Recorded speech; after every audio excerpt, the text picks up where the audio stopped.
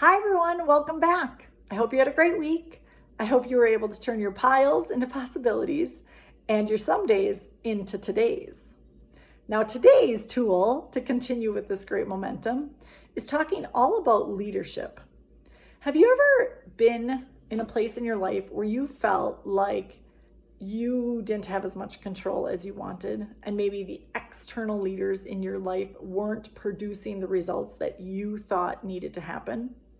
I think we could probably all say yes to this at some point. Well, the good news is, did you know that you are actually the leader of your own life? I know this sounds pretty common sense, but I think sometimes we forget this, right? So to help us remember, my visual today is this circle. And there are two circles. There's a small circle and then there's a big circle. Now the circle inside here is actually our circle of control.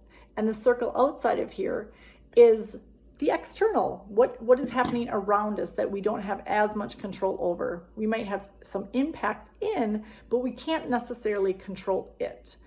And typically what happens when we focus too much on the outer circle, we start to gain some resentment, we feel powerlessness, and we just start to begin to feel, frustrated. And then that is when the blaming starts to happen. They call it the Monday morning quarterback, right? Like, if only, oh man.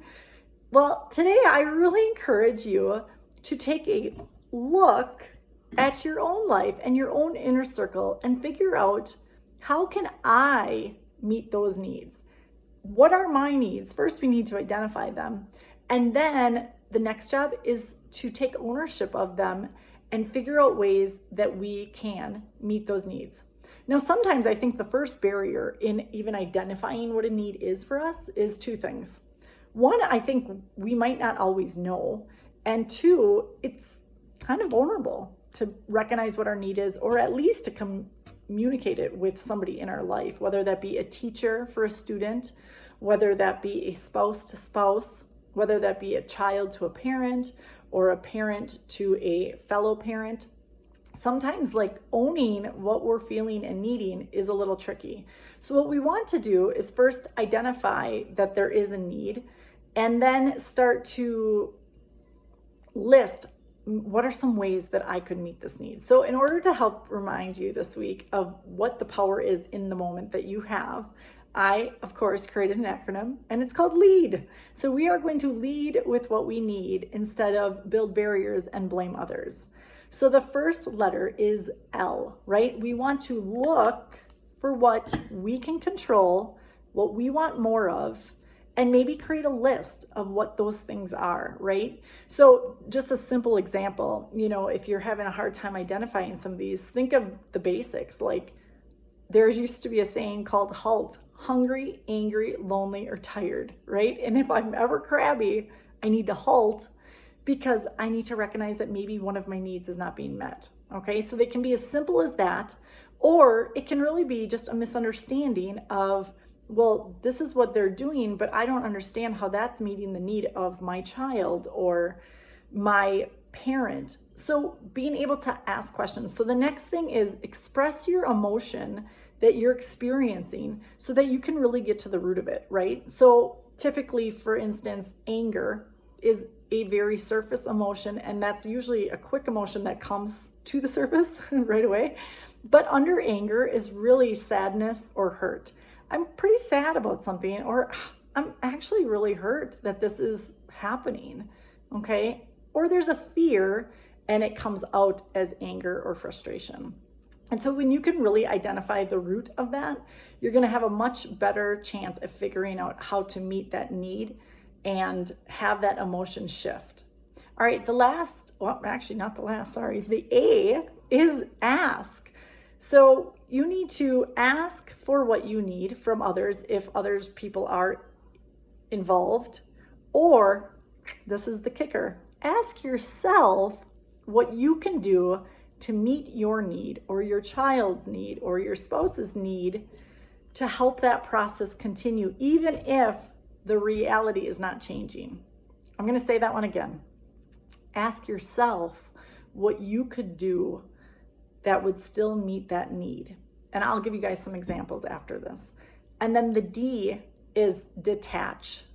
We need to detach from what we think has to happen in order for that need to be met and get creative, right? Once we can accept that this might have to be how it is for a bit, then we can start to really create some solutions that we can still control in our circle. All right, so I'll go over that again. I want you to think of the L as list what you need. The E, express the emotion that you're having and figure out if that's really the real emotion. A, I want you to ask somebody for help or ask yourself what you could do to meet that need.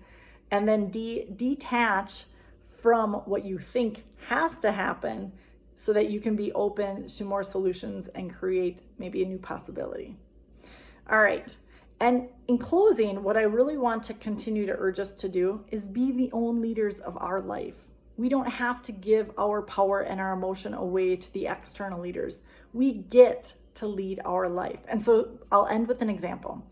So a parent came to me this week and they said, oh man, my child is failing and I'm really worried. I'm frustrated. We should be back in school all the time. I'm mad.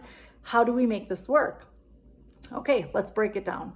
So the feeling is anger that came out, frustration, but the real need was that this father was worried about his son and he wanted his son to succeed and he wanted him to have options and all of the things, right? And we can spiral, we can like go 20 years from here on how this is going to affect them. Let's just stay present in today, okay? Then so he expressed his emotion. He listed what he needed. He felt like he needed a structured environment and he needed the child to have more accountability. So that was the list of what he needed. The expression of emotion was, I'm frustrated because it's just not happening and I don't know if it's going to happen for a while. Okay. So now the A, ask somebody for help. Okay. So the first ask, we need to ask the teacher for clarification. What is expected of my child?